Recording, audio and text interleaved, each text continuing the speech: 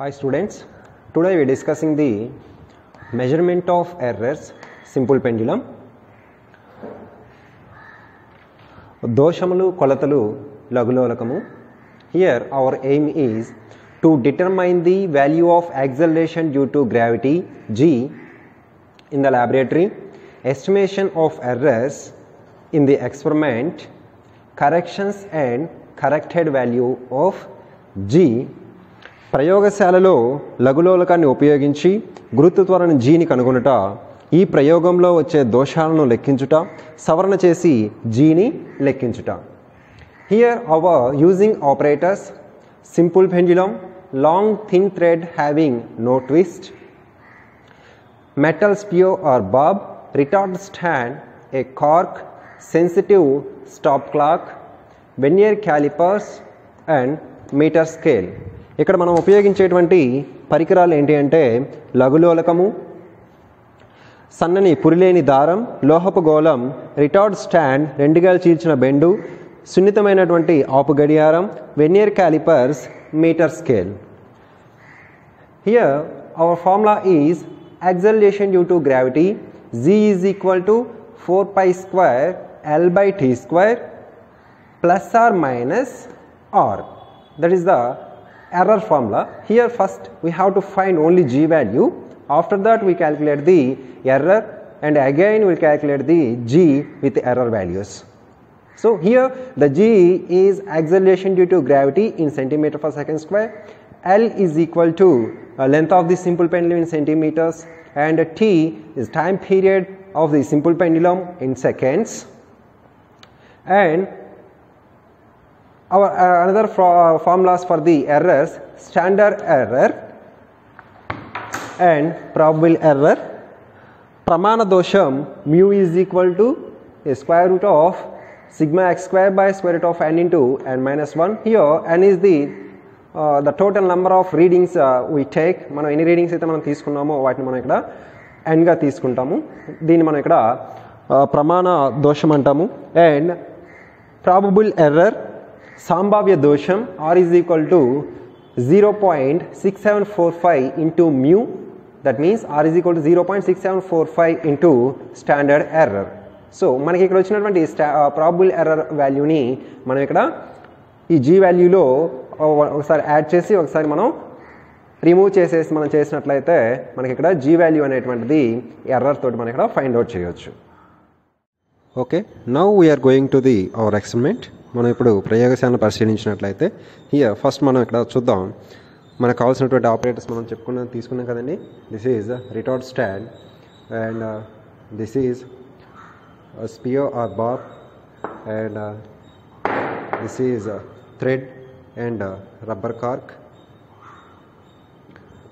and we have to using the vernier calipers for measure the radius of the bob and sensitive stopwatch. These are our requirements for measure the acceleration due to gravity. So first we have to take first reading. Consider a length of the pendulum L is equal to 40 centimeters. See here మనం తీసుకున్నటువంటి థ్రెడ్ని use చేసి L is equal to first 40 centimetres మనం ఇక్కడ తీసుకుంటున్నాం అండి first reading కోసం. మనం చూడండి,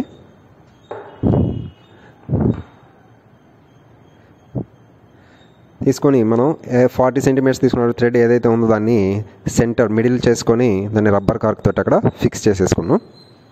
సో దీన్ని మనం ఇక్కడ రిటార్డ్ స్టాండ్కి ఫిక్స్ చేసుకుంటాం ఈ రబ్బర్ కార్క్ని. సో ఈ విధంగా ఫిక్స్ చేసేసుకున్నాం. ఇప్పుడు మనం ఏం చేస్తున్నాం అంటే మన స్టాప్ వాచ్ని యూజ్ చేసి దీన్ని మనం ఆసిలేషన్స్ చేస్తాం, దట్ మీన్స్ డోలనాలు. సో మనకి ఎన్ని కావాలండి ఇక్కడ? ఫర్ ఎగ్జాంపుల్ మనం టేబులర్ ఫామ్లో చూసినట్లయితే మన టేబులర్ ఫామ్ ఏంటంటే ఇక్కడ see here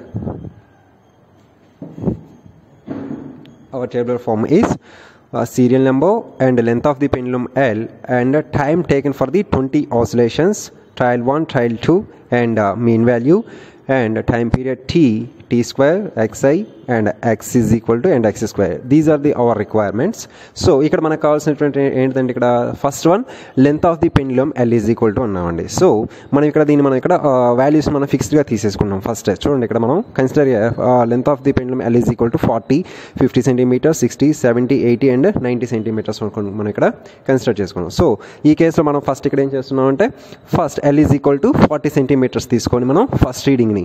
సో ఈ time taken for the 20 oscillations 20 డోలనాలకు పట్టినటువంటి మనకి ఎంత టైం పడుతుందో మనం దాన్ని ఇక్కడ తీసుకుంటాం.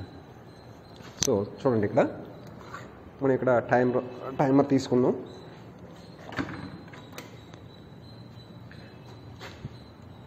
ఎస్ మనం దీన్ని ఆసిలేట్ చేస్తున్నామండి. మనం ఒక 5 degrees వరకు మనం దీన్ని పుల్ చేసేసి రిలీజ్ చేసినట్లయితే ఆసిలేట్. ఓకే టైం ఆన్ చేసాం సార్. కౌంట్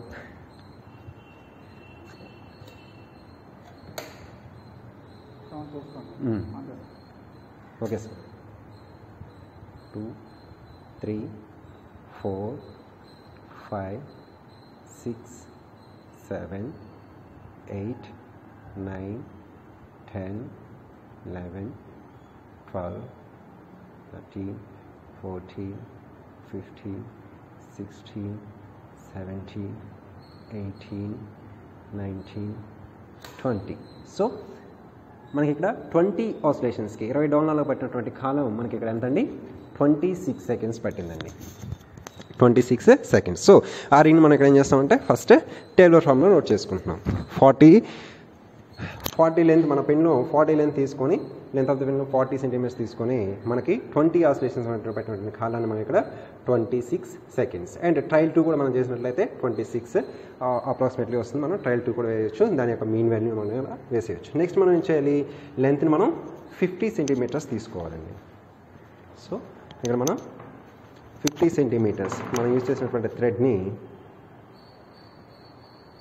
కార్క్ దగ్గర ఆ విధంగా మనం తీసేసుకొని మనం మీటర్ స్కేల్ని యూజ్ చేసి 50 centimeters.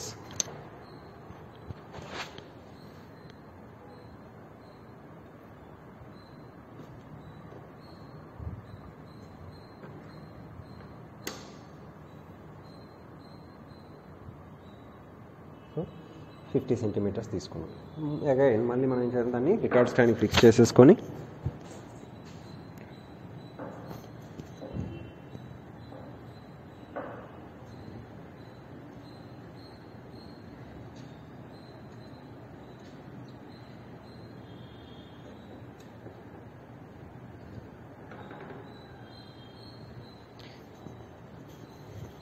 అగైన్ మనం ఆసిలేషన్స్ చేస్తాం. ఇక్కడ చూడండి మళ్ళీ మనం రిలీజ్ చేసినట్లయితే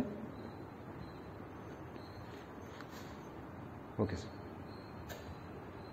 1, 2, 3, 4, 5, 6, 7, 8, 9, 10, 11, 12, 13, 14, 15, 16, 17, 18, 19, 20.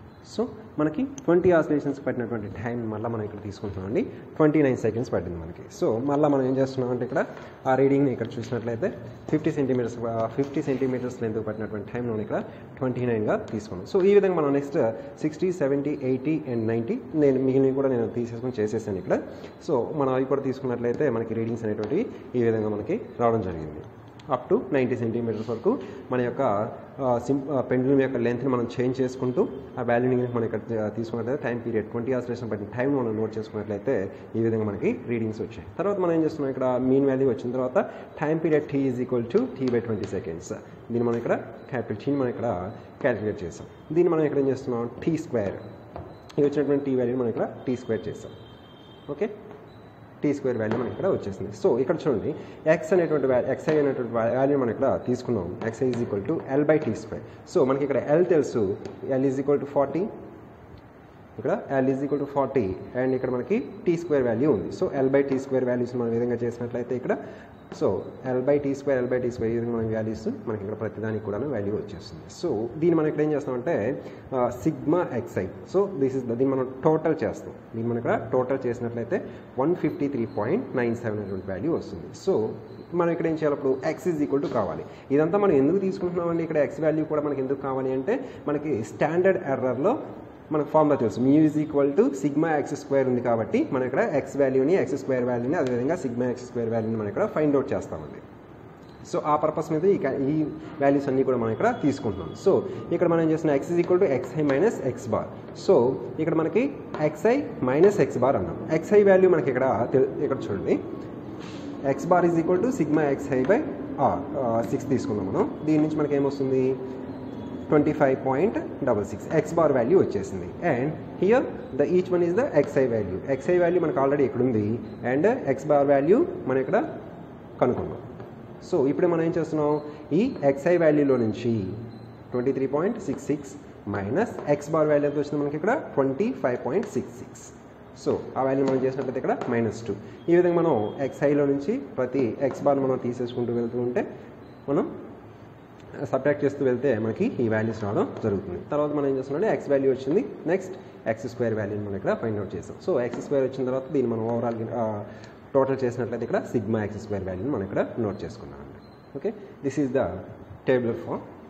అండ్ దీనికంటే ముందు మనం యూజ్ చేసినటువంటి స్పియర్ని కూడా వెనియర్ క్యాలిపర్స్ యూజ్ చేసాము. వెనియర్ క్యాలిపర్స్ని యూజ్ చేసి మనం యూజ్ చేసినటువంటి బాబ్ లేదా స్పియర్ యొక్క రేడియస్ని కూడా మనం ఇక్కడ ఫైండ్ అవుట్ చేసాము. ఇక్కడ చూడండి, main scale reading, vernier scaling to least count and దీని యొక్క టోటల్ వాల్యూ మనం ఇక్కడ తీసుకుంటున్నాం.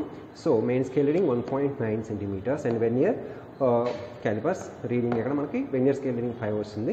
And VC into LC, this is the least count of the vernier callipers 0.01 వచ్చింది మనకి ఇక్కడ. దీన్ని మనం క్యాలిక్యులేట్ చేసేసుకున్నాం. This is the value of the bob. Vernier callipers use చేసి మనం ఇక్కడ ఫైండ్ అవుట్ చేస్తాం. ఓకే, సో మనం ఇప్పుడు క్యాలిక్యులేషన్ పార్ట్లోకి వద్దామండి. ఇక్కడ చూడండి, మనం ఆల్రెడీ సిగ్మా ఎక్స్ స్క్వేర్ వాల్యూని మనం ఫైండ్ అవుట్ చేస్తాం అండ్ ఎన్ వాల్యూ ఏంటో మనకు తెలుసు. సో ఇక్కడ mu is equal to, that means standard error mu is equal to square root of sigma X square by square root of n into n minus 1. So ఇక్కడ మనకి sigma X square value మనం అక్కడ tabular ఫామ్లో find out చేస్తాం.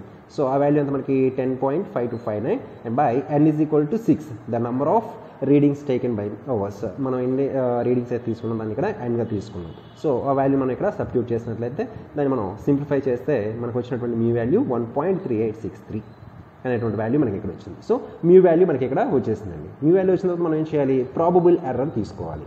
Probable error మనకు తెలిసింది r is equal to 0.674 into mu. So మనకు already mu value వచ్చింది కాబట్టి ఈ మ్యూ వాల్యూని తీసుకొచ్చి మనం ఇక్కడ సబ్స్టిట్యూట్ చేసుకున్నాం. సో అవర్ ప్రాబబుల్ ఎర్రర్ సంభావ్య దోషం వచ్చేసి ఆర్ ఈజ్ ఈక్వల్ టు 0.935 వచ్చింది. సో అవర్ ఫార్ములా మనం ఎర్రర్ని ఫైండ్ అవుట్ చేసిన ఎర్రర్ ఎంత వచ్చిందని మనకి ప్రాబబుల్ ఎర్రర్ వాల్యూ 0.935 వచ్చింది. సో మనం ఇప్పుడు ఏం చేస్తాం, దీన్ని g is equal to 4π² L/T² plus r minus r. మనం ఏం చేయొచ్చు అంటే ప్రస్తుతానికి స్టార్టింగ్లో ఫస్ట్ మనం g is equal to 4π² into L/T² అనేటువంటి వాల్యూ ఒక్కదాన్ని మాత్రమే మనం ఫైండ్ అవుట్ చేస్తాం. సో మనం ఇక్కడ ఏం చేస్తామంటే డైరెక్ట్గా ప్లస్ ఆర్ మైనస్ ఆర్ చేసేస్తున్నాం. మనం డైరెక్ట్గా g is equal to 4π² into L/T² వాల్యూని మనం ఫైండ్ అవుట్ చేసి ఆ వచ్చినటువంటి వాల్యూకి ఈ ఆర్ వాల్యూని యాడింగ్ అండ్ సబ్ట్రాక్ట్ చేసి వాల్యూ రాసుకోవచ్చు. లేదంటే డైరెక్ట్గా మనం ఇలా ఫార్ములాని కూడా యూజ్ చేసి మనం ఇక్కడ నోట్ చేసుకోవచ్చు. సో మనం ఇక్కడ డైరెక్ట్గా రాస్తున్నాం. కేస్ 1లో g is equal to 4π into L/T² plus r minus plus r తీసుకున్నాం, యాడింగ్ చేస్తున్నాం. వచ్చినటువంటి ఆర్ వాల్యూని మనకి ఇక్కడ జీ వాల్యూకి యాడ్ చేస్తున్నాం. సో మనం దీని వాల్యూస్ మనం ఇక్కడ సబ్స్టిట్యూట్ చేసుకున్నట్లయితే 4 into our 5 value 3.14 whole square and L/T² value plus r వాల్యూని యాడ్ చేసుకున్నాం. చేసినట్లయితే మనకి జీ వాల్యూ ఎంత వచ్చిందండి, g is equal to 1048.86 centimetre per second square వచ్చింది. అండ్ కేస్ 2లో మనం ఏం చేస్తున్నామంటే ఆర్ వాల్యూని మనం ఇక్కడ సబ్ట్రాక్ట్ చేసి తీసుకుంటున్నాం. సో ఈ g is equal to 4 into 3.14 whole square 25.66 minus 0.935. So మన ఈ విధంగా వాల్యూ అనేటువంటిది రావడం జరిగింది. మరి ఇక్కడ మనకి జీ వాల్యూ ఎంత వచ్చింది, g is equal to 975.114 centimetre per second square. Okay, so this is adding value and subtracting value. So మనకు వచ్చినటువంటి జీ వాల్యూ దేనికి మధ్యలో ఉంటుందండి, ఇక్కడ 975.114 సెంటీమీటర్ పర్ సెకండ్ స్క్వేర్కి, అదేవిధంగా 1048.96 సెంటీమీటర్ పర్ సెకండ్ స్క్వేర్కి మన acceleration due to gravity value మనం తీసుకున్నటువంటి ల్యాబొరేటరీలో తీసుకున్నటువంటి వాల్యూకి ఈ రెండింటి మధ్యలో మనకి ఉండేటువంటి అవకాశం ఉంటుందండి. Okay, this is the method. మనం ఇక్కడ ఏం చేస్తున్నట్టే మనం ఆల్రెడీ చెప్పుకున్నాం కదండి, జీ వాల్యూని ఫైండ్ అవుట్ చేసి అంటే for example g is equal to 978 లేదా 980 990 అలా ఒక వాల్యూ వచ్చింది అనుకోండి. ఆ వాల్యూకి మనకి వచ్చినటువంటి ఈ ఆర్ వాల్యూని యాడింగ్, ఇక్కడ కేస్ 1 కేస్ 2 అనుకున్నాం కదా, యాడింగ్ ఒకసారి చేయొచ్చు, సబ్ట్రాక్టింగ్ ఒకసారి చేయొచ్చు. అలా ఆ మెథడ్ కూడా చేయొచ్చు. మనం ఇక్కడ ఏం చేస్తామంటే డైరెక్ట్ ఫార్ములాలో దీన్ని ప్లస్ ఆర్ మైనస్ వేసి చేసేసాం. లేదు, first g value find out చేసి ఆ వచ్చిన వాల్యూకి మనం దీన్ని యాడ్ లేదా సబ్ట్రాక్ట్ చేసుకున్నా కానీ మనకి వాల్యూ అనేటువంటిది కరెక్ట్గానే వస్తుంది. Okay, this is simple pendulum. That means measurement of errors using simple pendulum అండి. Okay, thank you.